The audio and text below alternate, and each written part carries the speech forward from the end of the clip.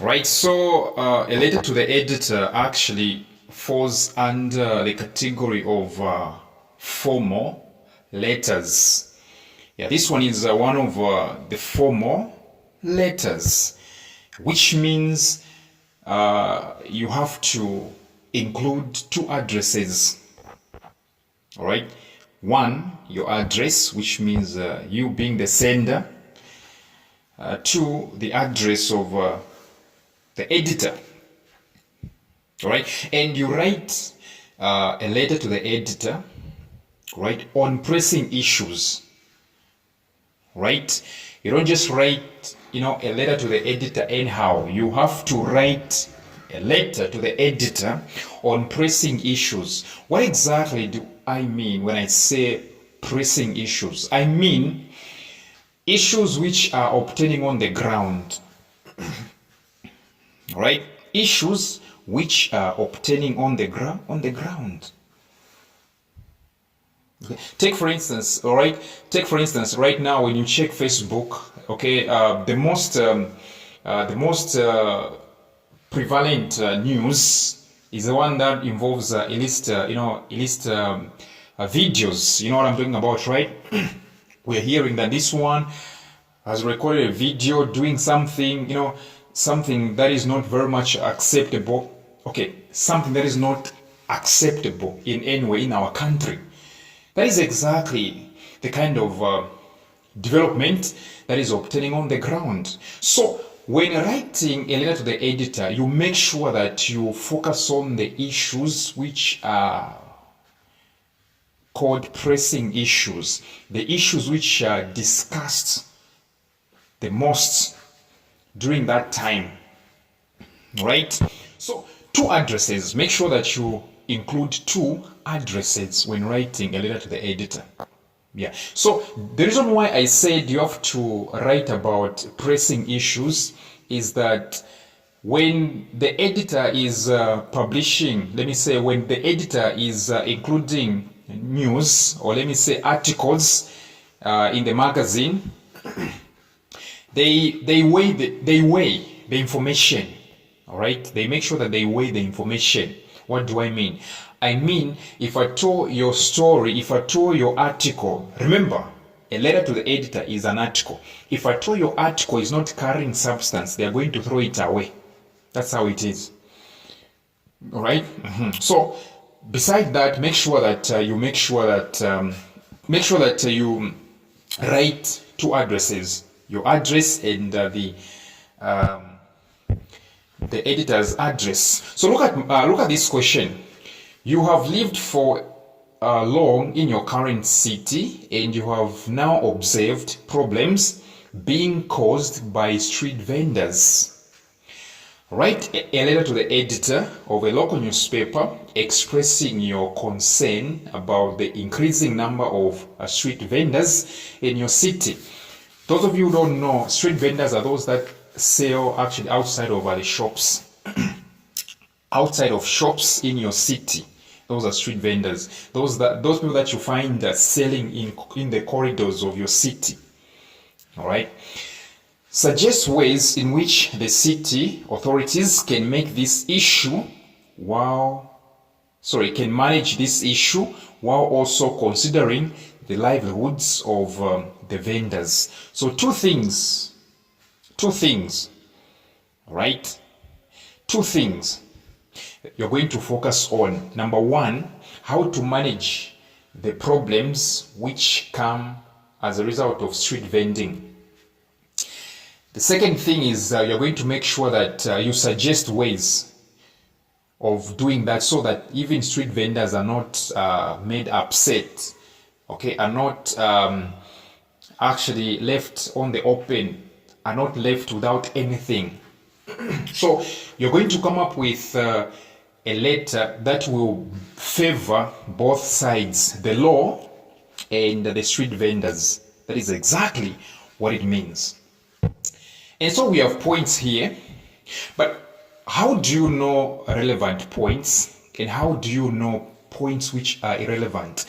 Let's read the question. They're saying, using the relevant points only, which means there are those points which are not relevant. For them to say relevant points only, it simply means to say there are other points which are not important. So like I said in one of the videos, how exactly do you know that this point is relevant? How exactly do you know that this point is irrelevant? The only way to know that this point is relevant is going back to the statements above. Going back to the statements above. Okay? Where they say, write a letter to the editor of a local newspaper expressing your concern. Okay? That's where the clue comes from. Expressing your concern. So, let me say every point which is not expressing the concern, your concern is not a point. It's not a relevant point. That point should be discarded. That point should be considered irrelevant.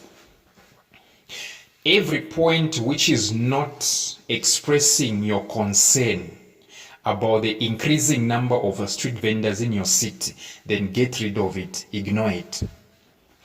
Again, suggest ways in which the city authorities can manage every point which is not suggesting the ways, okay, of managing the issue.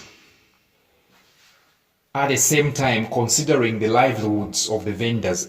Okay, every point which is not going to favor both the city and the street vendors, then you have to consider it what? Irrelevant. So let me show you how I arranged points. Here's how I collected points. The first one, to me, according to me, that was a point. Traffic congestion, that was a point. The second one, sanitation and hygiene, it's a point to me. Third, personal anecdotes unrelated to street vending, right? It's not related, this one. It's not related. It's not related. The fourth point, designated vending area, it's a point according to me. The fourth point, unrelated social issues, it's not a point. Number 6, attacking vendors. How exactly is that a point?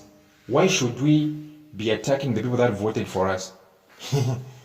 Right? What kind of government are you? Okay? These are the people that you were campaigning. These are the people that you were campaigning in front of. Busy campaigning in front of these people. Today you want to attack them.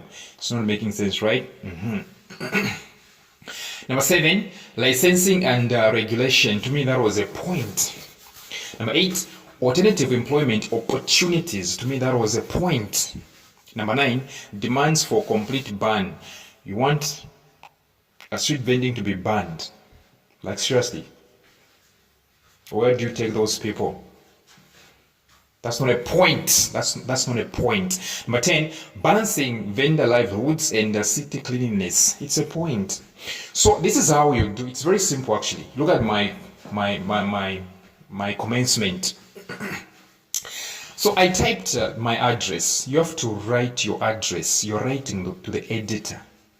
And left, all right, down left, you can see the editor's address, right? The editor, Zambia Daily Mail newspaper, Lusaka. Next, salutation, dear editor. You don't know their name, just say dear editor. From dear editor, make sure that you write reference, okay, like subject. Reference simply means subject, right? Simply means what? Subject. Okay? Reference simply means subject. So from there, you have to make sure that you write a proper reference. So how do you write reference? It's like a heading. How do you do it? Make sure that when you are writing in small letters, you underline it. In capital letters, you don't underline. right? In small letters, you underline. In capital letters, you don't underline. So my reference was street vending in the Lusaka city, the problems of street vending. Listen. So this is one of guided compositions. This one is one of the compulsory compositions. You go straight to the point. You don't say, how are you, my editor? No, you don't say that. Hi, you don't say that. You don't say, no, my editor, you don't say. Just go straight to the point. So in this case, I was like, okay, I'm writing to express my concern about the increasing number of street vendors in our city. While I understand that street vending provides a means of livelihood for many individuals, the unregulated growth of this sector is causing significant problems. You go straight to the point. Sometimes, sometimes it's okay to simply go like, please allow me space in your, okay? You ask for permission sometimes, okay? Please, kindly allow me space in your article or in your newspaper. Kindly allow me space in your newspaper, okay, to express my concern about the increasing number of street vendors in our city. While I understand that street vending provides a means of livelihood for many individuals, the unregulated growth of this sector is causing significant problems. So it's not actually, but it's not a bad idea to be writing subtitles, subtopics. Actually, I advise you to be doing it. Subtitles are very important. So in my case, the first problem was traffic congestion and safety. I had to underline that so that the editor can see that, okay, this person is now addressing congestion and safety. He's now talking about the problems that emanate from the congestion and safety. And you can read this one. Next, I was talking about sanitation and what? Hygiene. Okay? Next, I was talking about managing the issue, which means now the solution, the solutions now. Okay?